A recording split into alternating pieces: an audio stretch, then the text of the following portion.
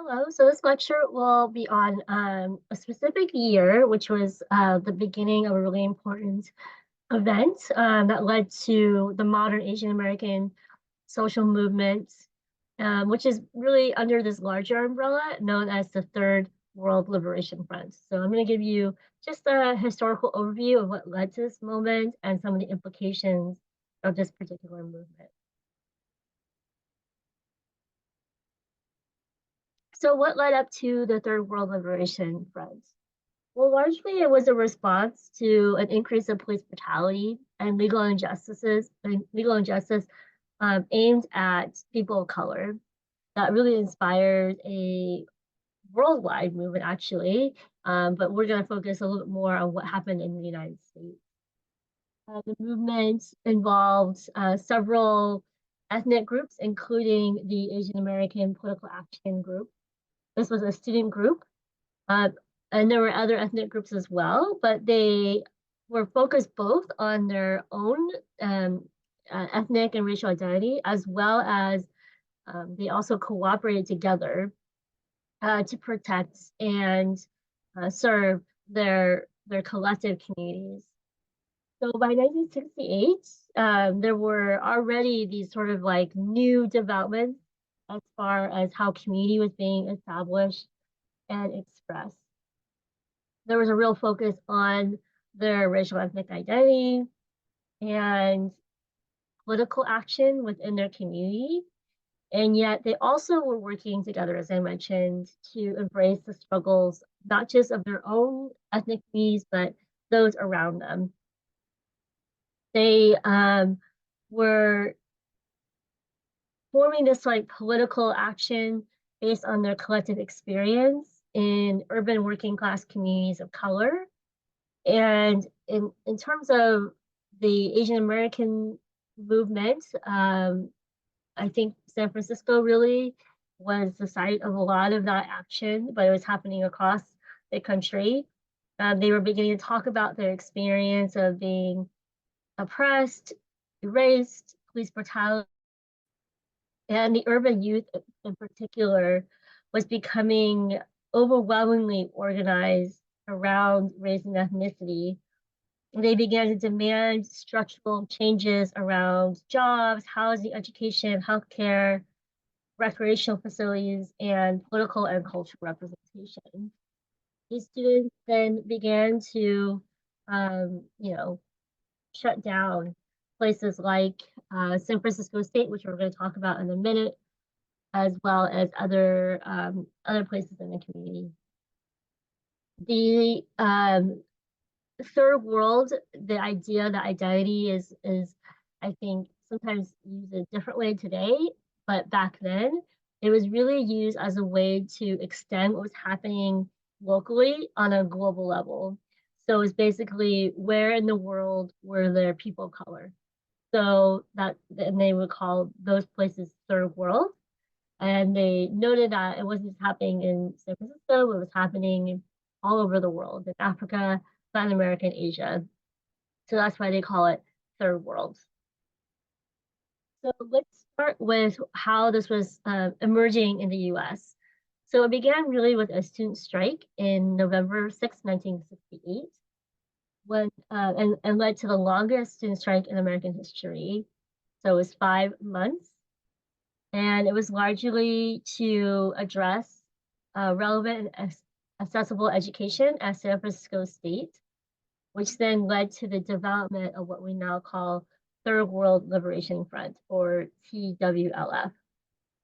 For Asian Americans in particular, these they it was also a moment where they were developing their own self-determination.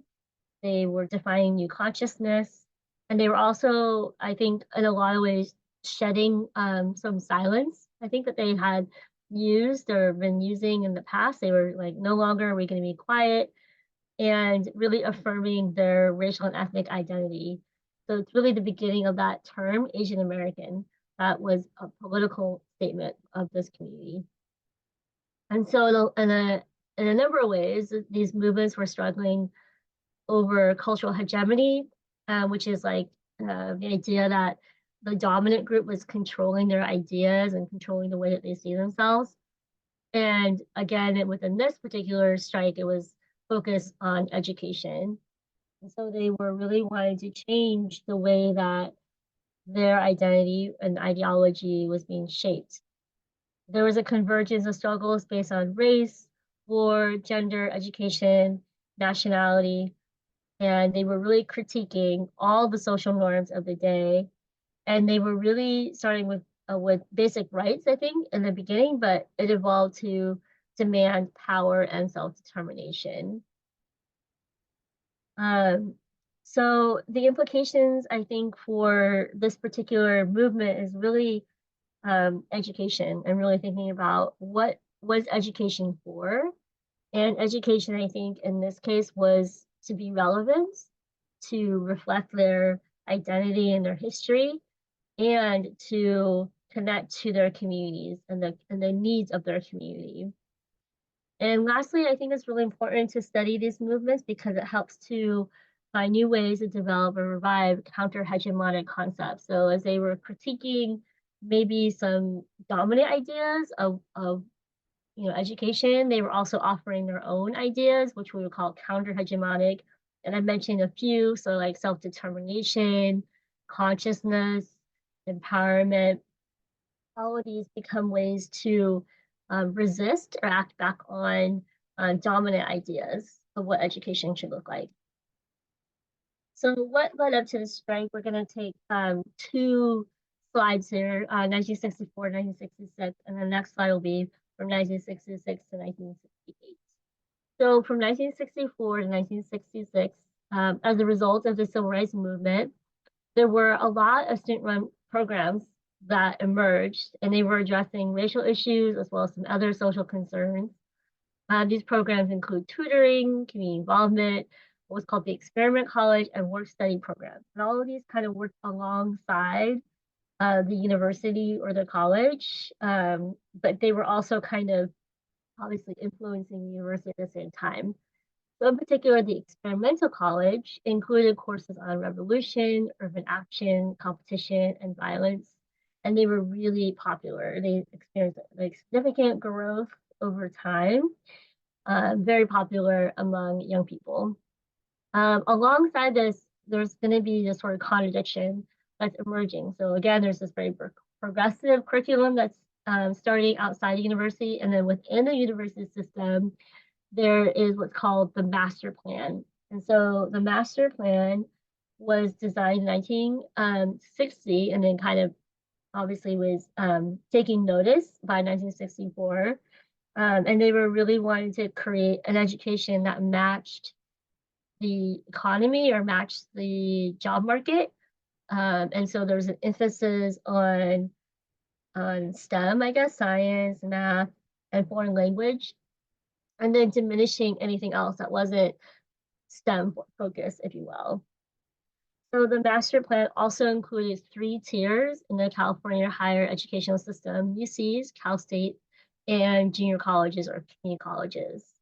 And each of these tiers specialized on a specific student population. And so the UCs were designed to be for the elite students, and they would only allow a certain percentage.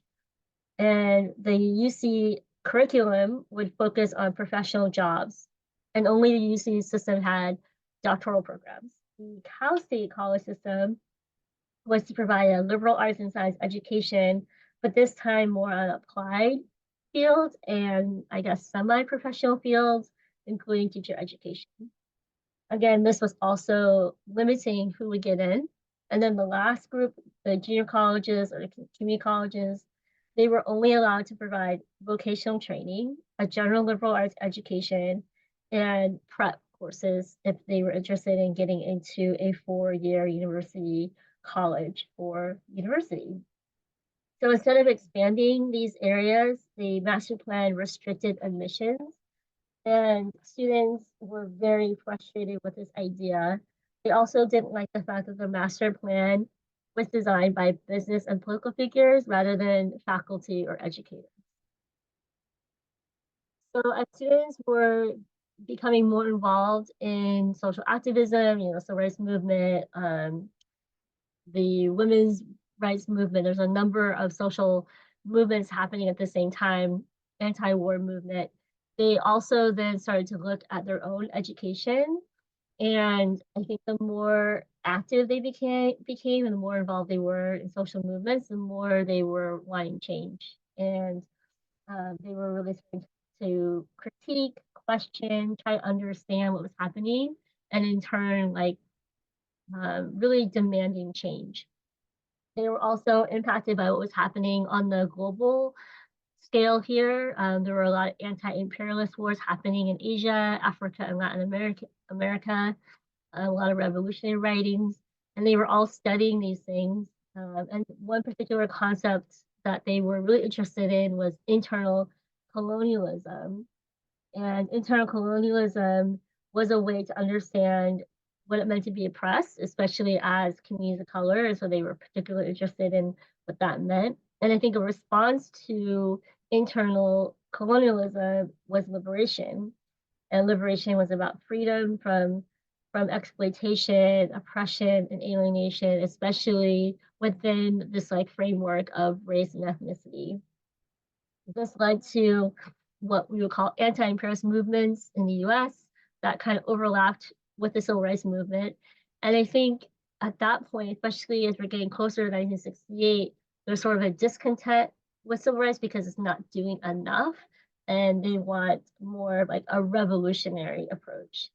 And this is particular for the working class students because they felt like the civil rights movement maybe was would improve those at the top, but maybe not the working class.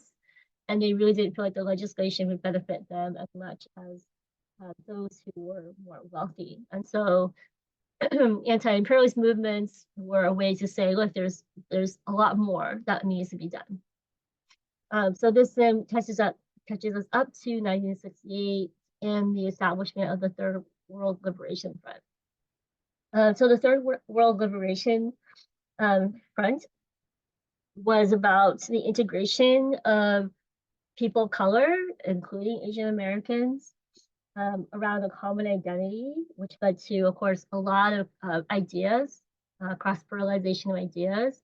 And they ended up building an inter-ethnic coalition and put forth an agenda of unity and a call for a lot of strikes, which is why that led to that 5-month strike that I had referred to earlier. They ended up, as they were gravitating to this movement, they found common ground around ideas of freedom and self-determination. They found common analysis of racism and oppression, and of course the common cause of liberation. They wanted radical long-term change, and they realized this would require a change in consciousness to eliminate exploitation and racism. And there was a real emphasis, I think, here on the structure of the economic and political system, as well as their own personal experiences with racism.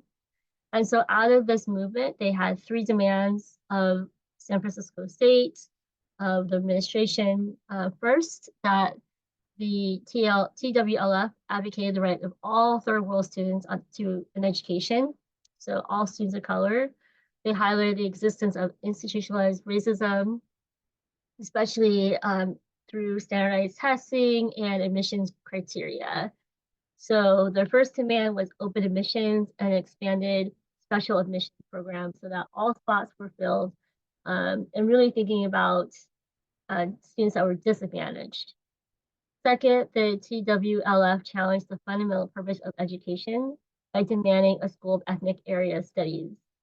These classes that would come out of the school would be relevant to their lives and their communities, with an emphasis on confronting racism, poverty, and misrepresentation.